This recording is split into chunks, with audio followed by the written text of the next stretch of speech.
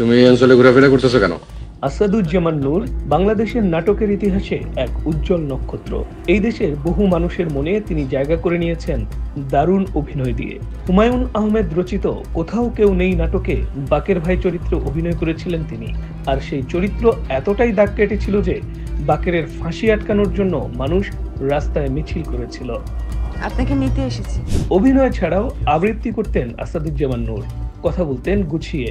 সব মিলিয়ে তার যে প্রতিচ্ছবি তা দেশের একটা বড় অংশের মানুষের কাছে খুবই পরিশীলিত। সে কারণে নূরকে যখন গ্রেফতার করা হয় তখন আর 10 জন আওয়ামী লীগ নেতা গ্রেফতারে যেমন উল্লসিত হয়েছিল সবাই, তেমনটি না হয়ে কেউ কেউ মন খারাপও করেছেন। হয়তো ভেবেছেন একজন পছন্দের মানুষ, গুণী মানুষ গ্রেফতার হলো।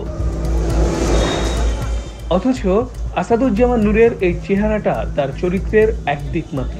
অনেকটা রবার্ট লুইস স্টিভেনসনের অমর উপন্যাস ডক্টর জেকিল অ্যান্ড মিস্টার হাইডের মতো।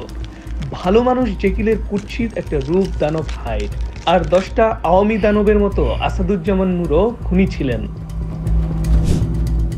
এমপি থাকাকালীন তার গাড়ি বহরে হামলার প্রতিশোধ নিতে নূরের নির্দেশে বিরোধী দলের নেতাকর্মীদের হত্যা করা হয়।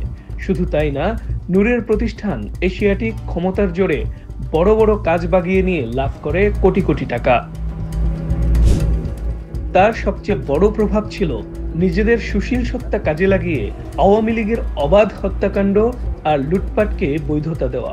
বিরোধী দলীয় নেতাকর্মী ও বিরোধিতাকারীদের মুক্তিযুদ্ধের বিপক্ষ শক্তি, সংস্কৃতি বিরোধী ইত্যাদি তকমা দিয়ে তাদের দমন করার সম্মতি উৎপাদন করত আসাদুজ্জামান নূর এবং তার সাংস্কৃতিক সহযোগীরা।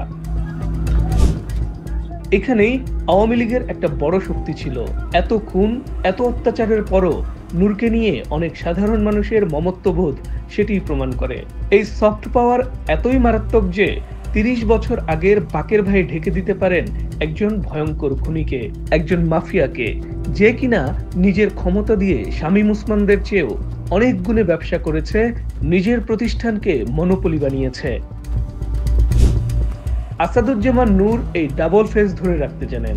তিনি জানেন এদেশের মানুষকে আবেগতাড়িত করা সহজ, তাই ভালো মানুষ বাকেরের আড়ালে বাস করত খুনি নূর।